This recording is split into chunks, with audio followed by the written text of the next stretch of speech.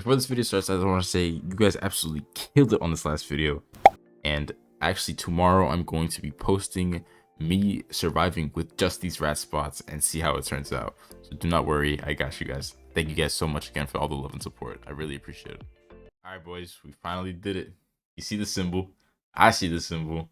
We made it to diamond, boys. Not only that, but we also hit 100 subscribers on YouTube. So thank you guys so much. I seriously appreciate it. My birthday was actually yesterday, so we hit it just in time for my birthday too. So that was awesome. Just all in by itself, a really great present. So again, thank you guys so much for all the support. I really appreciate it. So back onto the video. Today I'm actually going to give you guys some tips that I would have liked to hear when I was hard stuck in plat at one point, and just tips that I think are completely useful for plat players now, whether you are solo queuing, whether you are 3 stacking, doesn't matter. But these tips are definitely going to get you out of plat. Now, if this is something new that you guys heard, or maybe you guys use these tips and it works for you, don't forget to like and subscribe. Next goal is 1,000 subscribers, and I know we can do it. So let's get started. All right, so the first biggest thing when it comes to plat lobbies is a lot of people think that they have to choose a specific legend in order to do good in games. Yes, well, this is true. You can't go out here picking someone like, Mirage and expect to be, completely overpowered against someone like Bloodhound. I personally don't think the legend choice matters up until you're actually in Diamond.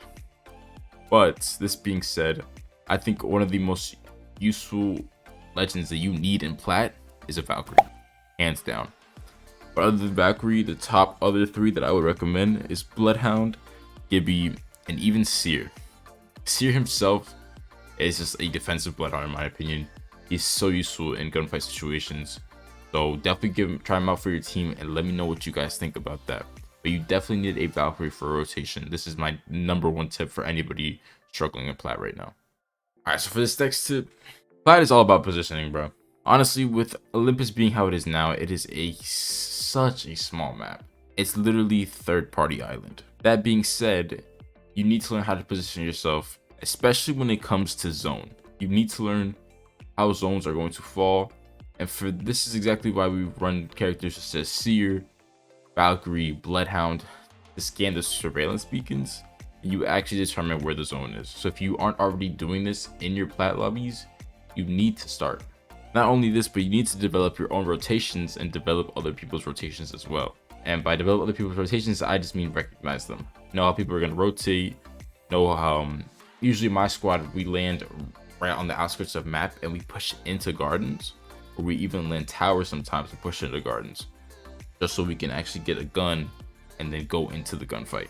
And this leads me on to my next tip: landing next to hot drops and then pushing in rather than landing directly in the hot drops.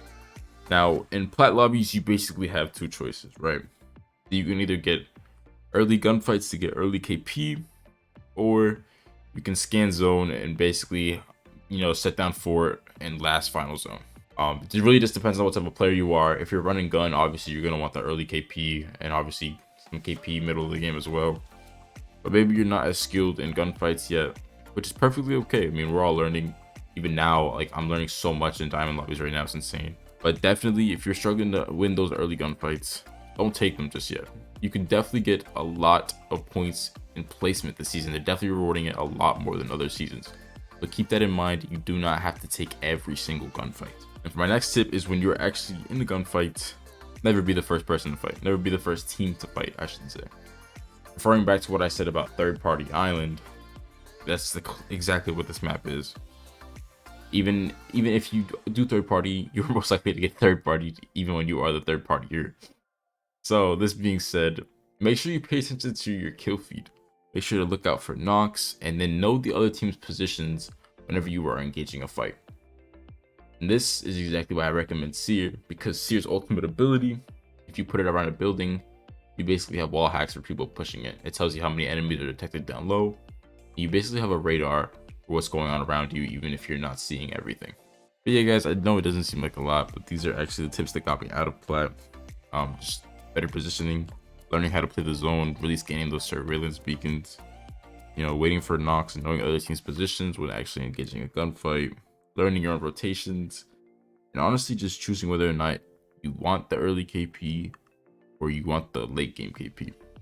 As soon as you identify all of these, I promise you, you should be seeing some better results, 100%.